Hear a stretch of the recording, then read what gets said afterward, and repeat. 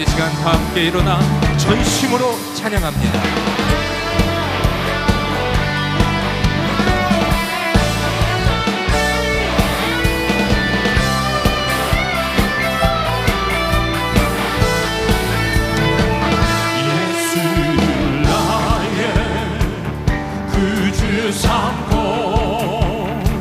성령과 비로소 거듭 날이 이 세상에서 내 영혼이 하늘의 영광 누리도다. 이것이 나의 간증이요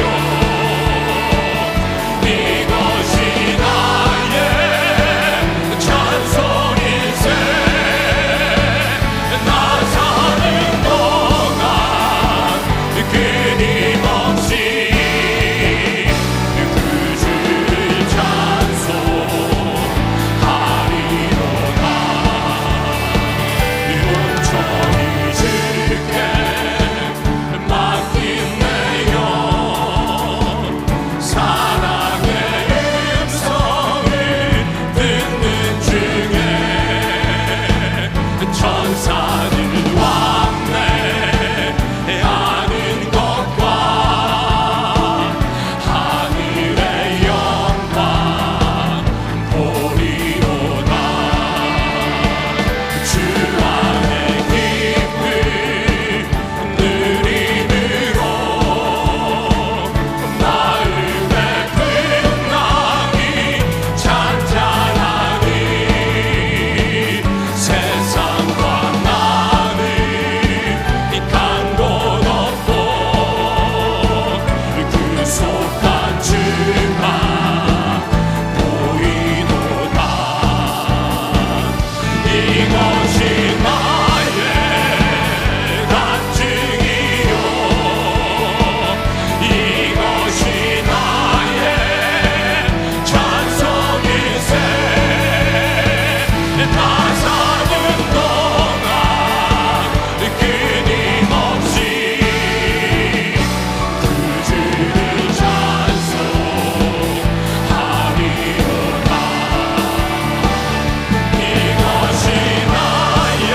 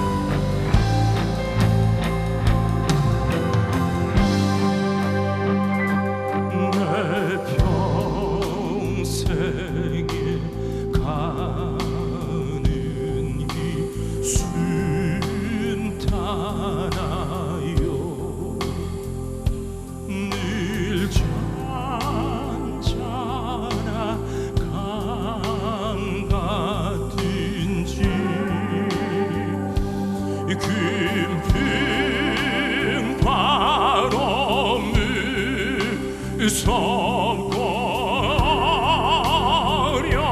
어렵든지 나의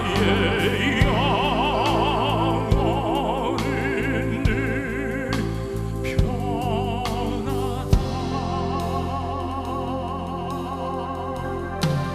내 영혼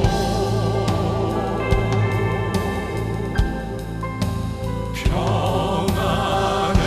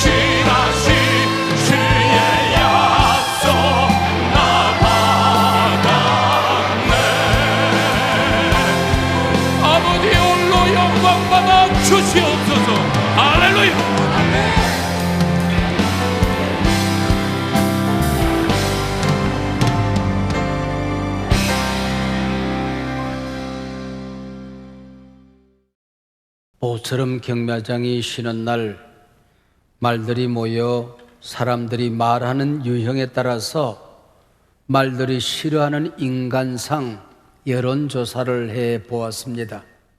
동상 말 바꾸는 인간, 말 돌리는 인간, 은상 이 말 저 말 왔다 갔다 하는 인간, 말 허리 자르는 인간, 마지막 금상입니다.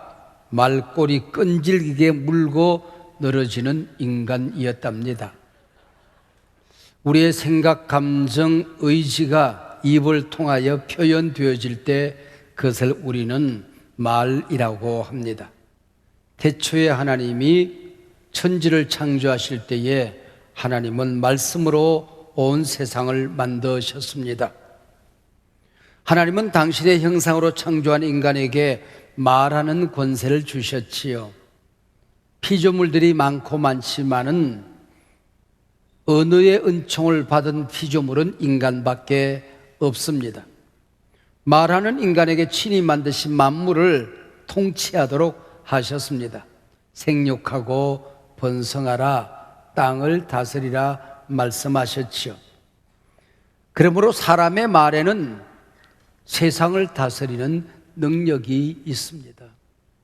이 세상의 어떤 환경, 내가 누리는 삶의 상황이라고 할지라도 그것을 다스리는 능력이 우리 인간에게, 우리의 언어에 있다는 겁니다. 불사 인간이 범죄하고 타락할 때에 우리의 언어도 타락하게 되었습니다. 타락한 인간의 말 속에는 독이 묻어서 나옵니다. 우리가 복음을 믿어 구원을 받았을 때 우리의 혀도 구원을 받았습니다. 기쁜 소식을 전하는 혀가 되었습니다. 구원받은 우리의 말에는 능력이 나타납니다. 복음을 전하는 능력, 내게 맡겨진 사랑하는 사람들을 축복하는 축복권이 있습니다. 은혜의 말, 평강의 말을 하는 능력이 내게 있습니다. 오늘 보면 사도 바울은 예수를 믿어 구원 얻은 빌립보 교회에 은혜와 평강이 있을지어다 축복합니다. 그리고 은혜의 말, 축복의 말을 전합니다. 오늘 설교 제목이 은혜와 평강의 말입니다.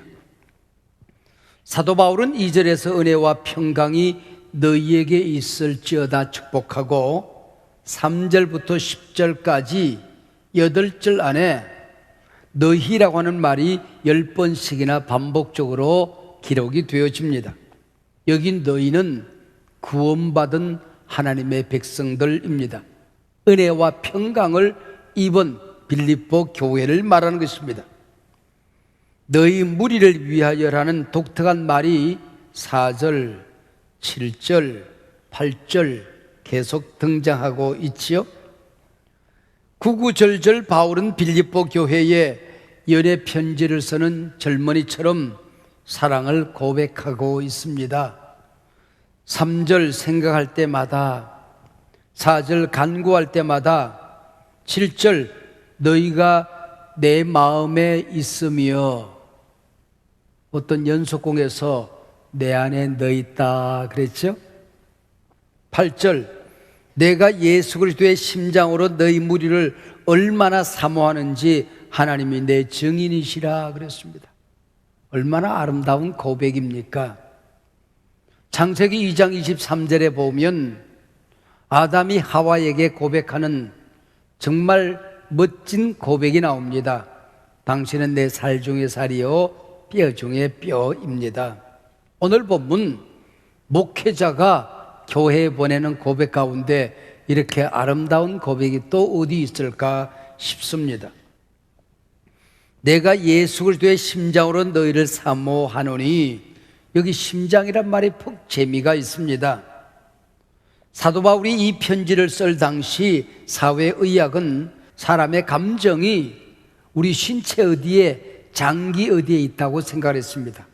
가령 생각은 뇌에, 그리고 우리의 감정은 피를 만들고 피를 보내는 심장에, 그리고 꿈을 꾸고 기쁨을 느끼고 행복을 만드는 장기는 간이라고 생각을 했습니다. 힘을 쓰고 행동하고 추진하는 추진력은 위장에 있다고 생각을 했습니다. 사내가 배짱이 있어야지 그러지 않습니까? 아무튼 예수 그리스도의 심장으로 너희 무리를 사모한다는 이 사랑의 고백은 예수님의 마음으로 너희를 사랑하니 내 온몸에 장기가 벌떡 일어나서 너희를 향하고 있다고 하는 그런 의미를 가지고 있습니다. 참 근사한 고백이지요. 세상에서 어떤 사람이 행복하게 살까요? 얼굴과 몸이 예쁜 사람보다는 마음과 말이 예쁜 사람이 행복하게 살더랍니다. 다 예쁘면 더할 나위가 없고요. 누에 꽂히는 자기 입에서 씨를 뿜습니다. 그리고 집을 지어서 그 안에 살아요. 사람도 자기 입에서 말을 합니다. 그 말이 자기 인생의 집이 되어서 그 안에 살아가게 되는 것입니다. 긍정적인 말을 하는 사람은 긍정적인 집을 지어요. 부정적인 말을 하는 사람은 부정적인 집을 짓습니다. 사랑의 말을 하는 사람은 사랑의 집을 짓고, 불평의 말을 하는 사람은 불평의 집을 지어서 그 안에 갇혀 살게 되는 것입니다. 여러분, 부메랑의 법칙이라고 하는 걸 아시지요? 여기서 제가 부메랑을 휙 던지면 한 바퀴 휘감아 돌고 다시 제게로 돌아옵니다.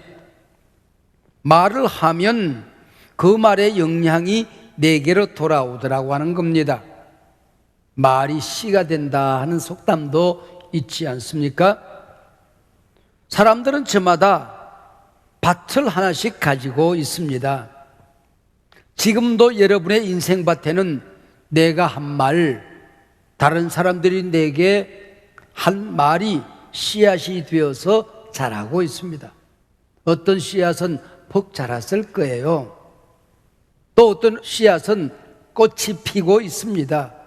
아니, 아예 열매가 맺혀져서 나누어지고 있을 수도 있을 것입니다. 사람이 무엇으로 심든지 그대로 거두리라. 축복을 심은 자 축복을 거두고 저주를 심은 자 저주 거두어 살아가는 겁니다. 칭찬을 심은 자는 칭찬을 거두고 비난을 심은 자는 비난을 거두게끔 되어져 있습니다.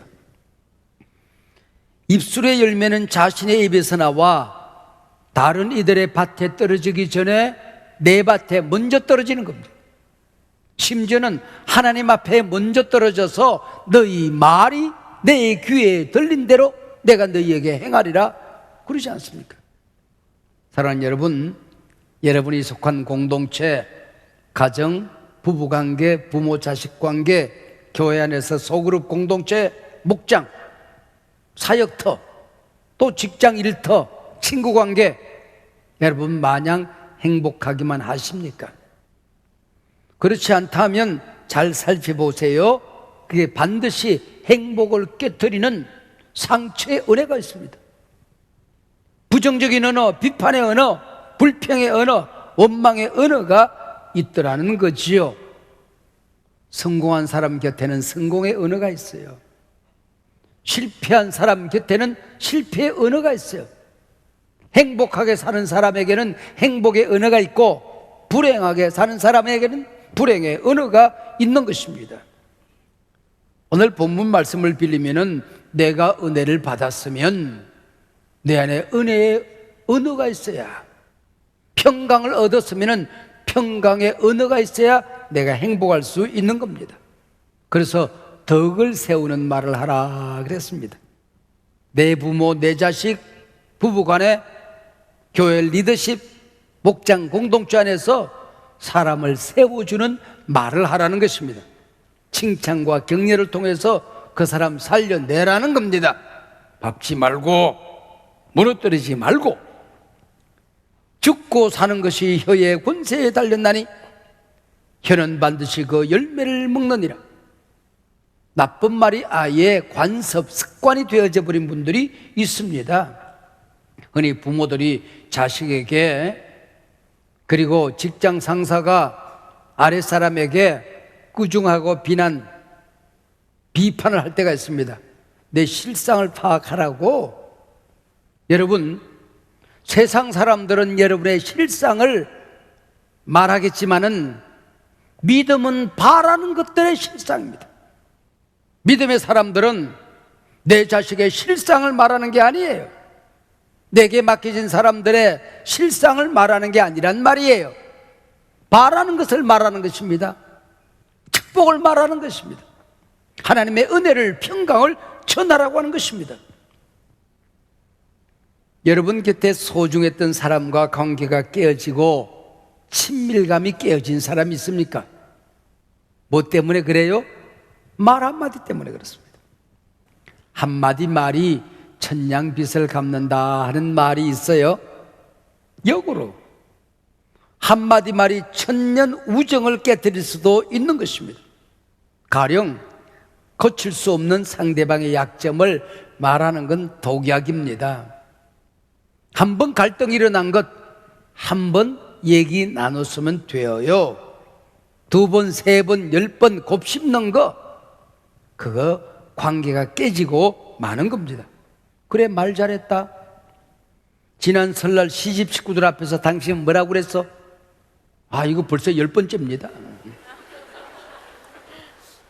내가 은혜와 평강을 받았으면 내 심령에 은혜와 평강이 넘쳐야 하는 겁니다.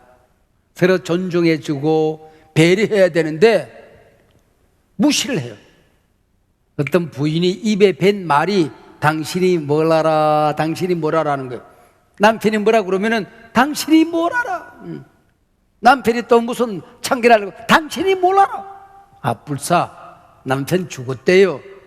그래서 의사가 와서 눈을 이렇게 보더니 사망하셨습니다. 그러고 나갔어요. 근데 남편이 의사가 나가자마자 깨어났어요. 여보, 나 안 죽었어. 깨어나서 그랬더니 부인이 그러더래요. 당신이 뭘 알아? 당신이 뭘 알아?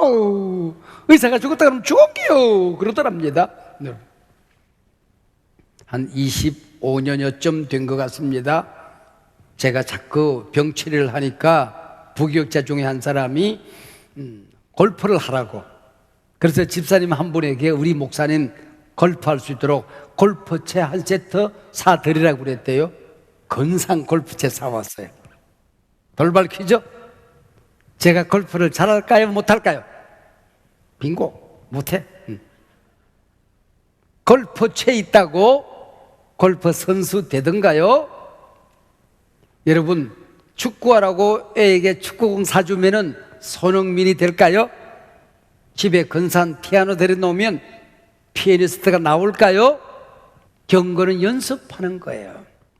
운동은 연습하는 거예요. 근육은 연습하는 거예요. 지옥은 가만히만 있으면 돼요.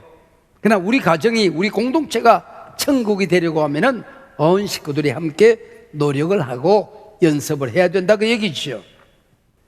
말을 어떻게 하느냐에 따라서 행복이 쌓이기도 하고 불행이 쌓이기도 하는 겁니다. 경건은 훈련을 통해 강화되어집니다. 사랑의 언어, 은혜와 평강의 언어는 연습을 통해서 개발이 되어지는 겁니다. 사랑은 느낌이 아니에요. 사랑은 결심입니다. 상대가 싫어하는 말 평생 하지 않으리라, 결심이에요. 상대가 좋아하는 말을 연구하고 개발해 가는 것입니다. 예쁜 말, 고운 말, 품이 있는 말을 하는 게 그냥 되는 게 아니에요. 글을 쓰는 문인들, 작가들도 더 좋은 책들을 부지런히 읽어야 개발이 되어집니다. 말하는 어나운서들도 입에 피가 나도록 연습을 해야 그게 가능해지는 거예요. 목사는 글도 쓰고 말도 해야 되지 않습니까?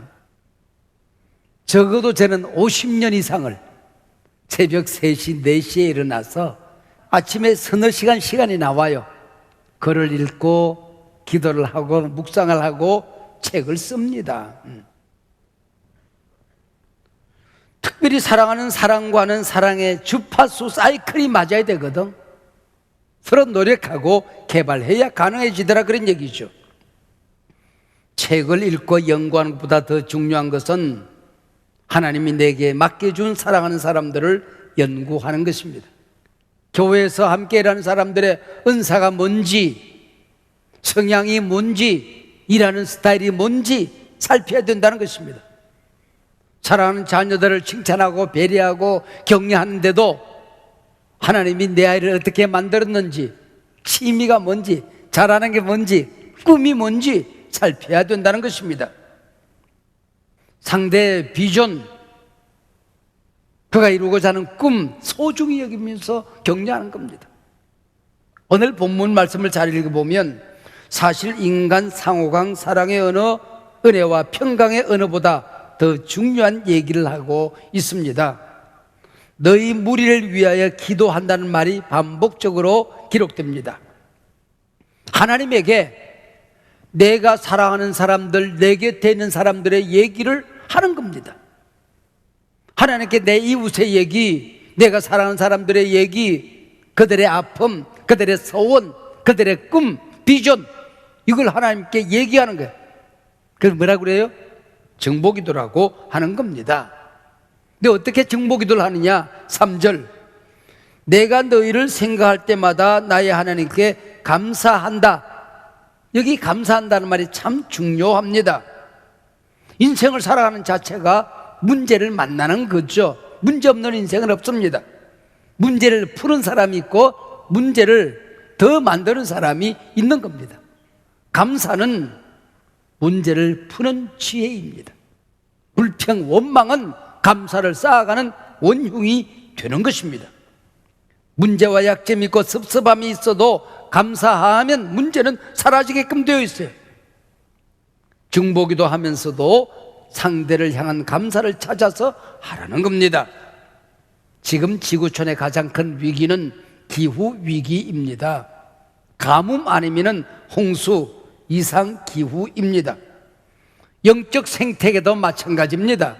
지금 지구촌이 3분의 1, 4분의 1이 사막화되어지고 있습니다. 영적 생태계에 감사, 가뭄이 들면 인생 사막이 되는 거예요.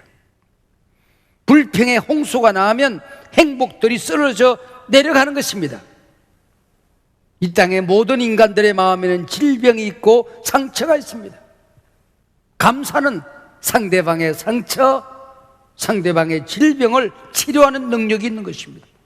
감사로 정보기도를 하면은 그걸 받으셔서 하나님이 역사하고 기적을 베푸신다는 겁니다. 우리 인간의 뇌는 140억 개 정도가 돼요.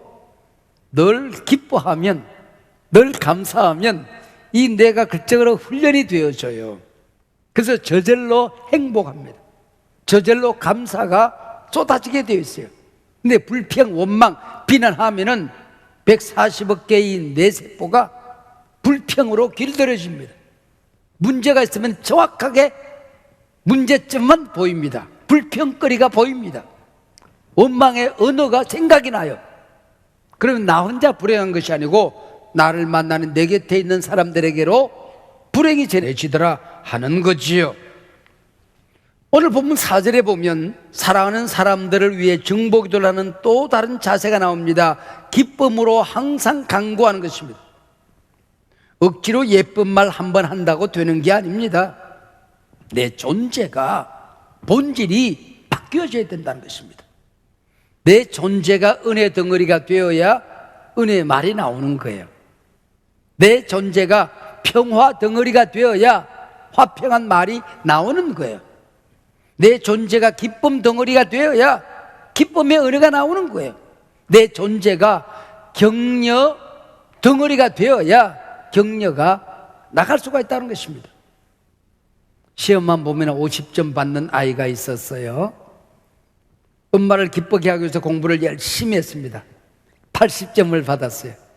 시험지를 들고 엄마를 향하여 뛰는 게 아니라 날아서 갑니다. 엄마, 나 80점 받았어. 시험지를 쫙 펼쳤어요. 그때 엄마가 하는 얘기가 시험 문제 쉬웠구나. 이거지 안 되나 보다. 90점을 받아서 이번에는 날아가요. 엄마, 맞은가? 하고 날아가서 시험지를 찾으면 엄마, 나 90점 받았어. 그때 엄마 하는 얘기가 너희 반 아이들 다 100점 맞았지? 응.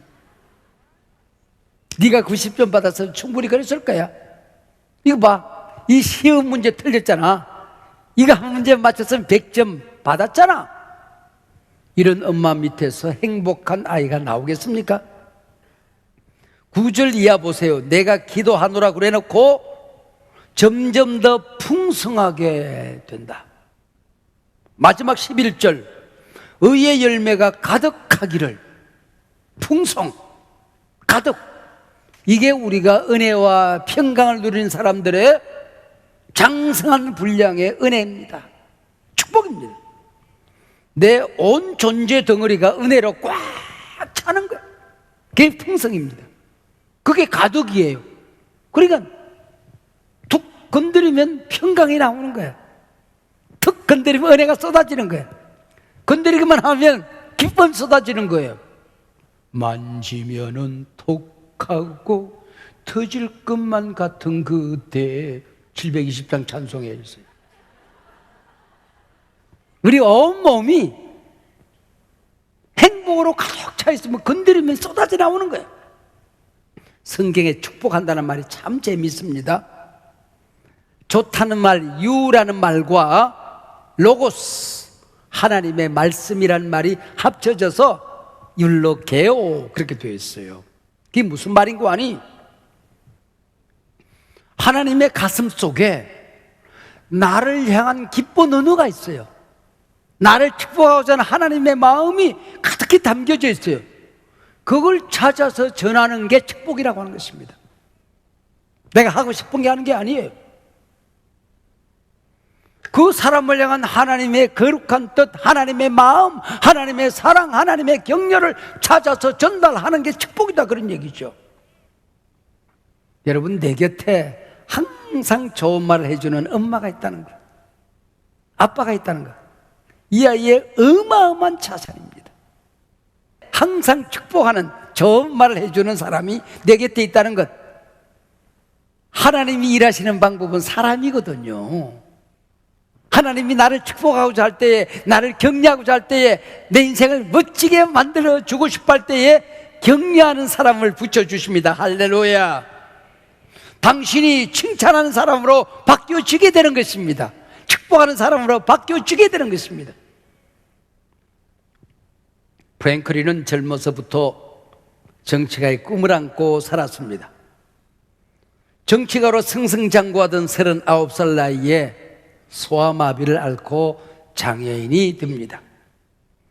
휠체어를 타고 절망에 빠져 있을 때에 집안 식구들, 친구들은 낙향하여 시골에서 조용히 지낼 것을 권고합니다.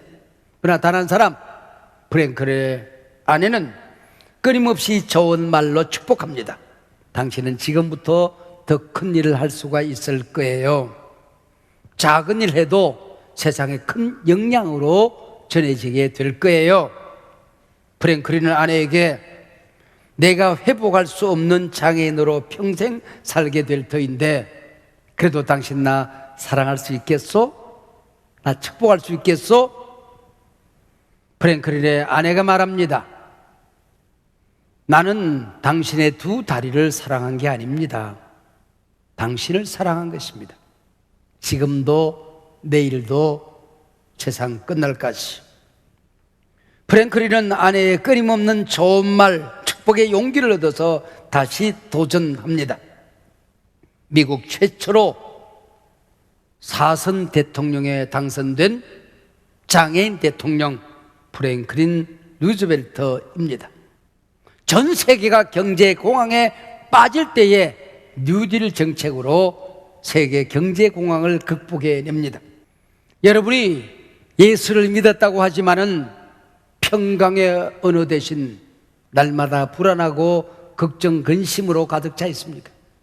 하나님의 은혜를 입은 당당한 하나님의 자녀인데 내 속에는 항상 비난과 불평으로, 원망으로 가득 차 있습니까?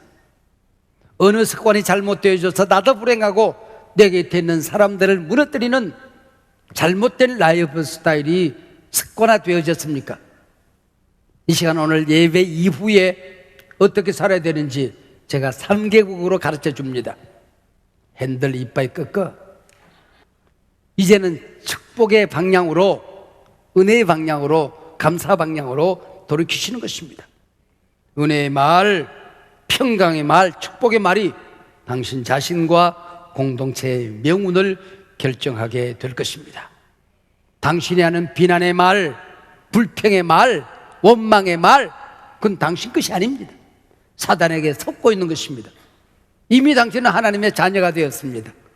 우리는 이미 거듭났습니다. 은혜도 거듭났습니다. 은혜와 평강이 있을지어다. 이미 은혜와 평강이 내 존재가 된 것입니다. 입을 열면 은혜의 말, 평강의 말이 터져나오게끔 되어 있습니다. 이것이 하나님의 뜻입니다.